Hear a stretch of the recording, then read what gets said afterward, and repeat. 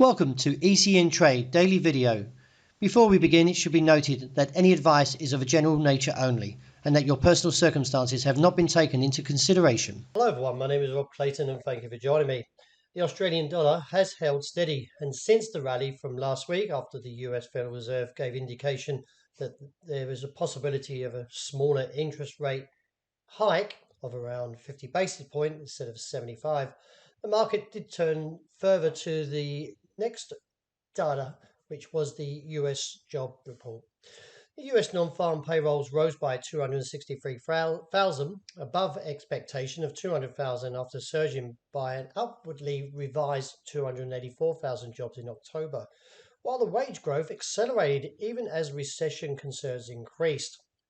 The US employment rate rose to 3.7 in November, unchanged from October and in line with the forecast. Since the US Federal Reserve laid down the groundwork and given the green light to the current rate hike for December of 50 basis points, the dollar index, which measures the greenback strength against a basket of 6 major currencies, has plummeted to the low now around 104.20.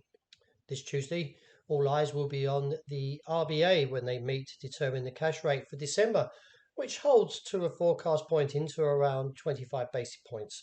Another cash rate increase would mark the 8th consecutive rise and taking the rates from 2.85% to 3.10%, which is a decade high. The call for the Australian dollar still remains towards that level around 68.45, as we've seen at least 3 attempts at this level and actually holding. I still feel there is further upside test due to the strength of the indicators. That would bring in a target at around 68.95, and from there profit taking may emerge as we look back towards the September highs. That is around the 68 to 69 cents. There was pretty much good supply, which may again seen as we climb beyond 68.45. The euro still holds above 105 since breaking there, and from that pretty much showing 4 strong candles and an ADX that supports the bull trend. We are a little bit overbought, but nevertheless the market still looks further to climb. That is towards 105.85 to 106.25 and reassess. We may see a little bit of profit taking as we get closer towards that 106.25, but still I feel the market is relatively strong. The dollar yen still remains weak, and the call to the downside was towards that region of 134, which is nearly there now after reaching 134.12 this morning. In light of the pattern, there's still further weakness in store, even though we are oversold, but the ADX is strong in terms of the bear trend. With the MACD also supporting, could see that fall towards 132.85 or around that 60.85 area, which is where the market started its bull trend roughly around early August. Sterling, well, the market is marching higher and still looking now. Now it's captured 123 to 123.45 to 90, and from there could see some profit taking coming into play here. I feel the market is a little bit overextended, but the ADX is still holding a relatively bullish trend.